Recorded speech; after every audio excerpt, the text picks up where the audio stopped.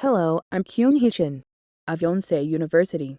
I would like to talk about the technology for non-alcoholic fatty liver treatment by inhibiting deubiquitin enzymes. Non-alcoholic fatty liver accumulates a lot of fat in the liver due to excessive nutrients. This is called fatty liver.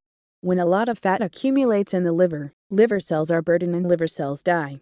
All diseases that cause inflammation and scarring as it dies, resulting in NASH, becoming harder and harder cirrhosis, and cirrhosis are called non-alcoholic fatty liver. Unfortunately, however, there are no clinical approved treatments for non-alcoholic fatty liver disease yet. However, the non-alcoholic fatty liver market is gradually growing because people are eating excess nutrients. But this is an area that many pharmaceutical companies are interested in because there is no cure yet. While conducting research on improving these treatments for non-alcoholic fatty liver disease, I became interested in protein homeostasis. The reason is that non-alcoholic fatty liver disease is a type of chronic disease which does not occur in a day or two, but is the result of a very long accumulation.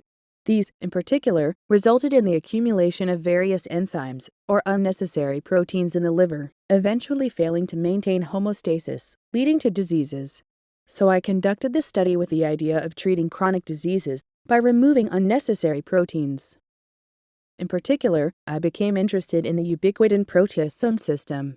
As the protein attaches protein called Ubiquitin to the substrate, the protein with a lot of UB recognizes by an enzyme called Proteasome and loses protein. Afterwards, an enzyme called DUB that releases UB acts, and the system in which the homeostasis of proteins is maintained is called UPS system. As the UPS system says, adjusting protein solubility, and since this amount of protein controls the function, people are interested in it, and inhibitors are being developed. Recently, interest in UPS system has increased, as it has become a big issue to eliminate target protein using E3 ligase called Protec. An animation related to this is being developed. Among them, I became interested in deubiquitinating enzymes. Eventually, it was thought of as a target protein to control the poorly accumulated proteins. In the case of E3 ligase, it is not yet known how many there are, and although more than 500 are duos, it is being newly constructed. But deubiquitinating enzyme is currently in the process of becoming about 100 duos. Unfortunately, deubiquitinating enzyme does not develop many inhibitors. Most of the things you see are, even that's not taking a clinical approach. The reason for this is that the catalytic domains that let you deubiquitin are very similar, so screening methods that inhibit catalytic sites cannot find specific enzyme inhibitors of deubiquitin. It is still in the stage of not being able to conduct clinical trials due to its high toxicity. I conducted a study based on prior research that suggests that inhibitors targeting USP1 can control fatty liver disease. First of all, if you look at USP1, it is linked to the side related to DNA repairing, so it is studied that it is known to exist a lot in the nucleus.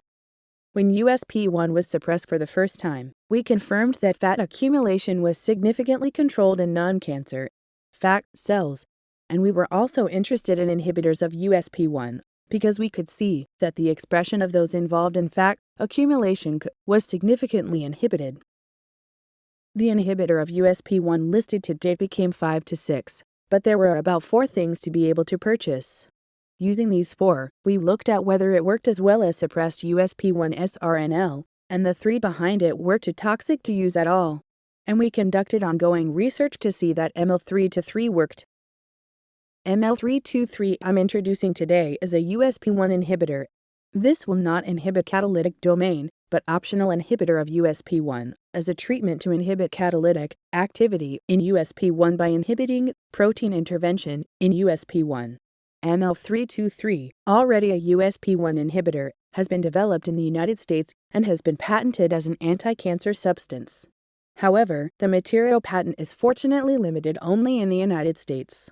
And I registered with Korea and PCT as an obesity, prevention, and treatment composition containing ML323 as an active ingredient as a use patent. And last year it is patented as a composition for the prevention or treatment of liver fibrosis with ML323 as an active ingredient. In addition, biochemical assay and ADME have been conducted in the United states and are being used clinically.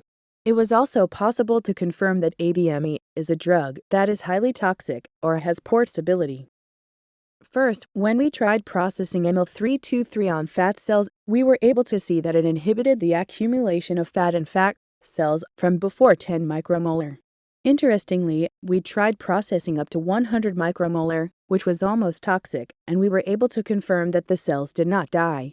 In addition, we were able to confirm that ML323 inhibits fat through inhibition of gene expression, rather than inhibiting fat with harnesses, as well as reducing the expression of genes involved in fat accumulation. Next, oral administration was given to mice. As you can see, when the mouse weighs more than 40 grams and then administered ML323 orally.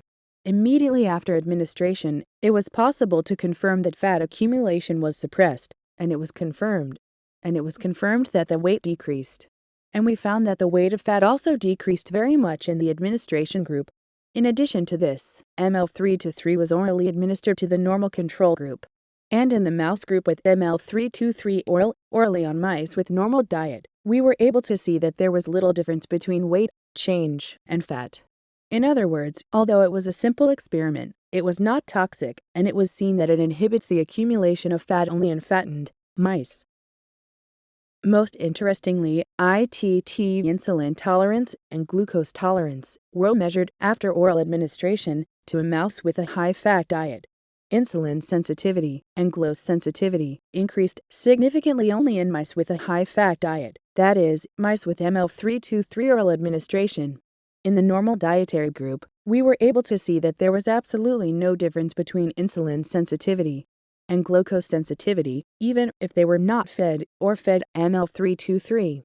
It has been confirmed that it improves the insulin sensitivity and glucose tolerance of mice with a high-fat diet. In the end, we checked how it affects the liver.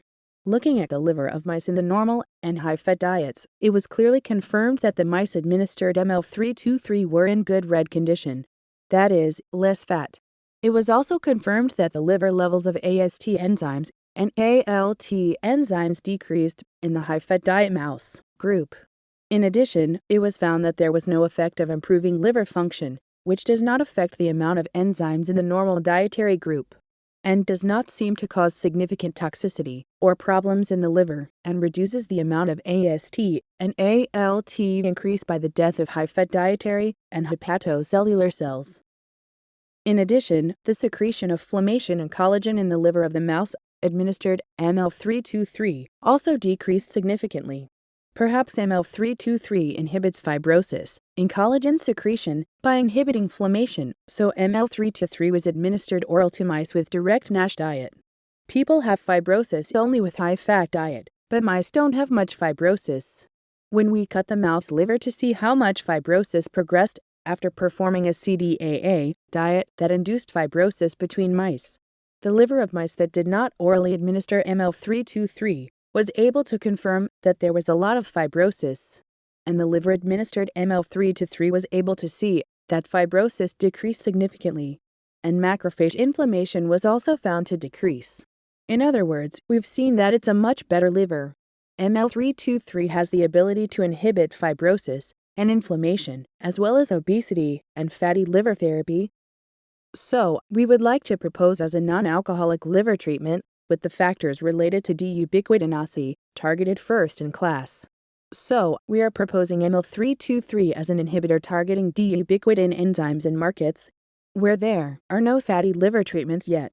And we would like to propose not only structures related to ML323, but also market development or vision as a further application in the future. That's about it.